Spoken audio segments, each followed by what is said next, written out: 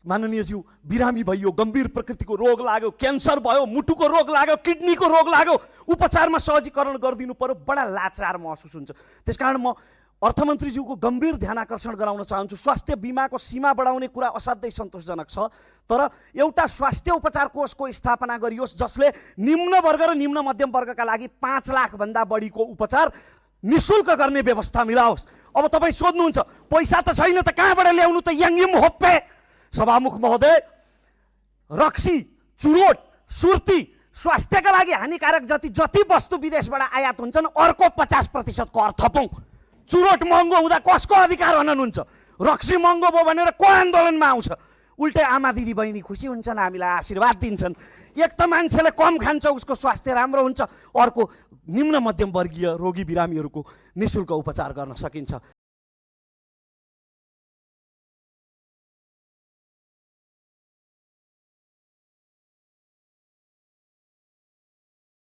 धेरैभन्दा धेरै नेपालीहरूलाई म के अनुरोध गर्न चाहन्छु भने वर्षको 3500 रुपियाँ हो, वर्षको 3500 रुपियाँ हो। 3500 रुपियाँ दिनुभयो के दिएर चाहिँ बिमा गर्नुभयो भने अब 1 लाख रुपियाँसम्मको चाहिँ सेवा सुविधाहरू पाइरहेको छ। अहिले चाहिँ के भइरहेको छ भन्दाखेरि बिमा गर्ने यो हाम्रो नेपाली सम्पूर्ण नेपालीहरूको सङ्ख्या चाहिँ एकदम थोरै भएको हुनाले यो बिमा चाहिँ आर्थिक रूपमा चाहिँ आर्थिक सङ्कट परेको हुनाले यो चाहिँ अगाडि बढ्न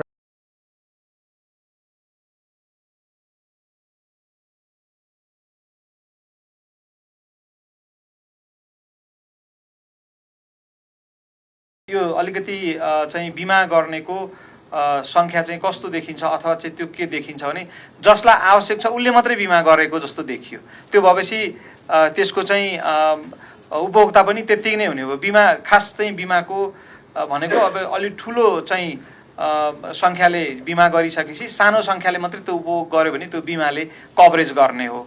अब अहिले चाहिँ जतिले गर्यो सबैले नै बिमा उपभोग गरेको अथवा जसलाई चाहिँ स्वास्थ्यमा उसको रकम खर्च हुँदैछ उसले मात्रै बिमा गरेर अनि गएको जस्तो देखिन आएको छ। अब यसलाई कसरी गर्न सकिन्छ भन्दाखेरि एउटा ठुलो चाहिँ कुरा भनेको हामीले चाहिँ स्वास्थ्यको चाहिँ लगानी नै बढाउने हो। एउटा चाहिँ महत्त्वपूर्ण कुरा चाहिँ अब त्यो स्वास्थ्यमा लगानी बढाउँदाखेरि चाहिँ आइदर हाम्रो चाहिँ रेभिन्यू बढाउनु पर्यो र त्यो पैसा लिएर गएर स्वास्थ्यमा लगाउने हो, अथवा कुनै अर्को सेक्टरको चाहिँ लगानी हामीले कटौती गर्ने हो। हामीसँग हुने भनेको अप्सन चाहिँ अहिले यही नै हो हैन। यो यसमा चाहिँ अब अर्को तेस्रो कुरा चाहिँ हामीले निकाल्नु पर्यो, त्यो भनेको चाहिँ हाम्रो इकोनोमी नै बढाउने हो हैन। रेभिन्यू बढाउनेतिर च्याप्नेतिर कर बढाएर यो गर्ने होइन कि इकोनोमी नै बढाउने हो। अब मूलतः चाहिँ देश बनाउने भनेको चाहिँ इकोनोमी बढाउने पनि हो हैन। देश बनाउने भनेको इकोनोमी जहाँ बढाउन सकियो हामी प्रशस्त खर्च गर्न सक्छौँ। भन्दाखेरि अब अहिले सबैतिर एकदम टटकारो भएको हाम्रो निःशुल्क पाउने औषधिहरू पाउँदैनौँ, हाम्रो एम्बुलेन्सहरू पाउँदैनौँ, हस्पिटलमा गयो गुणस्तरीय सेवा छैन र सरकारीमा चाहिँ विश्वस्त भएर उपचार गर्ने अवस्था छैन भन्ने यो कुराहरूमा हामी अलिकति चिन्तित छौँ र यसलाई